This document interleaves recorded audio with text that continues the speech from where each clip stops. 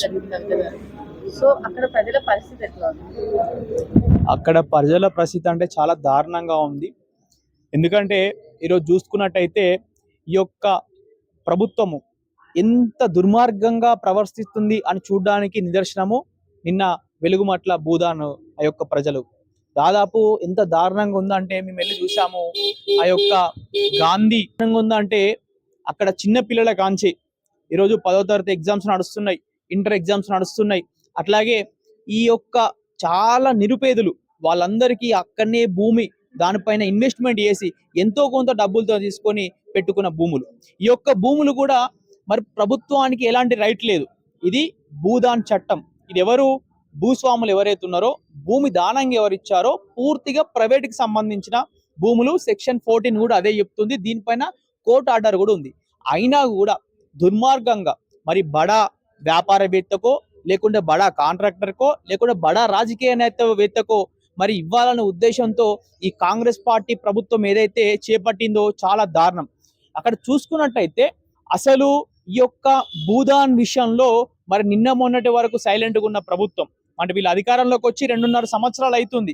ఇప్పటి వరకు కూడా ఏం చేయని ప్రభుత్వం ఇప్పుడు ఎందుకు చేస్తుందని చూస్తే ఈరోజు ఆ చుట్టుపక్కల చాలా వాల్యూ భూమి అనేది ఈ యొక్క వీళ్ళకి సంబంధించిన వెలుగుమట్ల గ్రామానికి సంబంధించిన భూమి.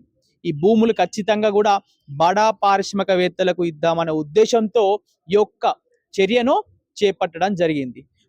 ఈ చర్యను కల్వకుంట్ల కవితక్క గారు మా అధినేత్రి మరి వారికి మా తెలంగాణ జాగృతి నాయకుల్ని అప్పుడే పంపించడం జరిగింది. పంపిన క్రమంలో తర్వాత మొన్న వెళ్ళి మరి అసలు ఏ విధంగా జరిగింది ఎట్లా జరిగిందని వారిని బాధితుల్ని పరామర్శించమని వెళ్తే అసలు బాధితులను కలవకుండా దుర్మార్గంగా 4 జిల్లాల పోలీసులను పెట్టాల్సిన అవసరం కూడా లేదు. ఆమె ఒక ఎంపీ, ఆమె ఒక ఉత్తమ పార్లమెంటుగా ఒక అవార్డు తీసుకున్న మహిళా నాయకురాలు, ఒకప్పుడు ఉన్న మాజీ ముఖ్యమంత్రి గారి కూతురు. ఆమెకున్న వ్యవస్థను బట్టి ఆమెకున్న మర్యాదను బట్టి చేస్తే కానీ అక్కడ పోలీసుల పప్పులు ఉడకలేదు. ఎందుకు?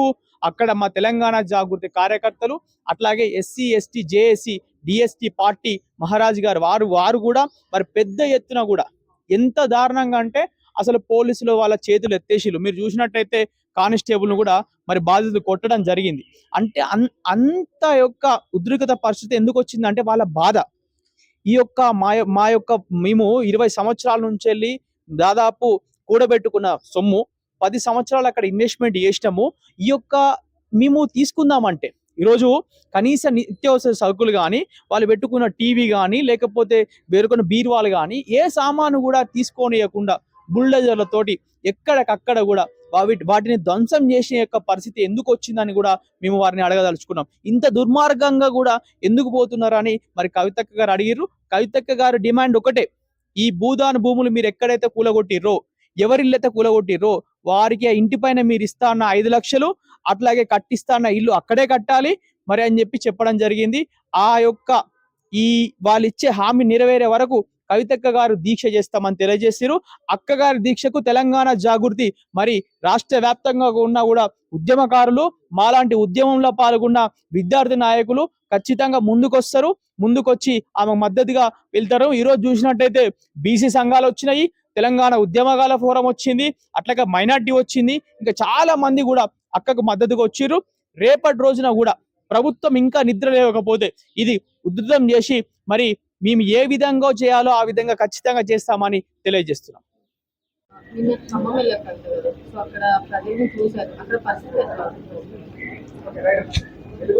గత 15 రోజుల క్రితం ఖమ్మం జిల్లా ఖమ్మం రూరల్ మండలం వెలుగుమట్ల గ్రామంలో జరిగినటువంటి సంఘటన ఏదైతే ఉందో, భూదాన్ భూములలో సొంత డబ్బులతో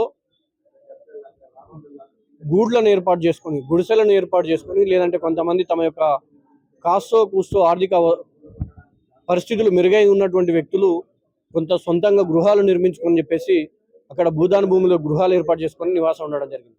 ఆ భూములు భూదాన్ భూములని, ఆ భూములు ప్రభుత్వానికి చెందుతాయని చెప్పి భావించినటువంటి రాష్ట్ర ప్రభుత్వం ఆ భూములను బుల్డోజర్ తీసుకుపోయి జేసీబీలు తీసుకుపోయి రాత్రే వాళ్ళ యొక్క కొన్ని సంవత్సరాల కష్టాన్ని నేలపాలు చేసి వాళ్ళందరినీ కూడా అంబేద్కర్ భవన్కి తరలించడం జరిగింది. అక్కడ ఉన్నటువంటి అంబేద్కర్ భవన్లో దాదాపు 700 కుటుంబాలు ఆడ మగ ముసలి ముత్తుక చిన్న పెద్ద అనే తేడా లేకుండా పిల్లలందరూ కూడా జనం అంతా కూడా అక్కడ ఉన్నారు. అక్కడ కనీస అవసరాలు కల్పించలే, లేదంటే తక్షణం నిరాశ్రయులైనటువంటి వ్యక్తులకు ప్రభుత్వం తమ యొక్క బాధ్యతగా కేటాయించాల్సినటువంటి రేషన్ సరుకులు కానీ, మంచినీటి వసతిని కానీ, లేదంటే గ్యాస్ అవకాశాలు అంటే వంట వండుకోవడానికి గ్యాస్ సౌకర్యాన్ని కూడా కల్పించకపోవడంతో అంతా కూడా సామూహికంగా ఒకటే నిరాశ్రయులై శరణార్థుల్లాగా ఆ యొక్క అంబేద్కర్ భవన్ లో ఉంటున్నటువంటి పరిస్థితి కనిపిస్తా ఉన్నది. దాంతో పాటు ఈ వింటర్ సీజన్ లో అనేకమైనటువంటి సమస్యలు, మురుగునీటి సమస్య, దోమల సమస్య, ఆరోగ్య సమస్యలు, అంతేకాకుండా అక్కడ ఉన్నటువంటి కొంతమంది పిల్లలకి, చిన్నపిల్లలు ఉన్నారు, వాళ్ళందరికీ కూడా ఈ పరీక్షలు కూడా, ఇది పరీక్షల సీజన్ మనందరం చూస్తా ఉన్నాం.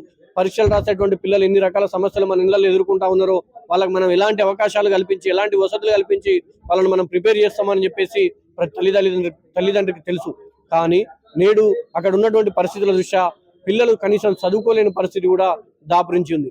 ఈ అన్నిటి సమస్యలను సమగ్రంగా అధ్యయనం చేసిన తర్వాత నేటికి 15 రోజులు 16 రోజులు గడుస్తున్నప్పటికీ కూడా అక్కడ ఉన్నటువంటి ప్రభుత్వ యంత్రాంగం ఎవరు కూడా రిప్లై ఇవ్వకపోగా, లేదంటే స్పందించకపోవడంతో ఈ యొక్క సమస్యలను దగ్గర నుంచి చూసినటువంటి కవితక్క గారు మానవతా దృక్పథంతో ఆలోచించి అక్కడ ఇండ్లు కోల్పోయినటువంటి బాధితులు ఎవరైతే ఉన్నారో వాళ్లకు పక్కా గృహాలు నిర్మించి ఇవ్వాలి అని చెప్పేసి డిమాండ్ చేస్తూ నిన్న ఖమ్మంలో కలెక్టర్ను కలవడానికి వెళ్తే అక్కడ ఉన్నటువంటి అధికార యంత్రాంగం పోలీసు బల ప్రయోగం ద్వారా అక్కగారిని అడ్డుకోవడం జరిగింది.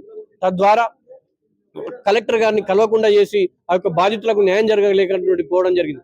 అయితే అక్కడ ఉన్నటువంటి పరిస్థితులను చూసిన తర్వాత చెలించిపోయినటువంటి కవితక్క గారు తప్పనిసరిగా ఈ సమస్యకు ఒక ముగింపు వలగాలి, తప్పనిసరిగా ఈ యొక్క బాధితులకు వీళ్ళ గోడును చూసి చెలించిపోయి వీళ్ళకు న్యాయం జరిగేంత వరకు మనం విశ్రమించొద్దు, వీళ్ళ పక్షాన పోరాడాల్సినటువంటి సామాజిక బాధ్యత, నైతిక బాధ్యత ఒక సగటు మనిషిగా మనకున్నదని చెప్పేసి గుర్తించి తెలంగాణ జాగృతి ఆధ్వర్యంలో పోరాట రూపం తీసుకోవడం జరిగింది.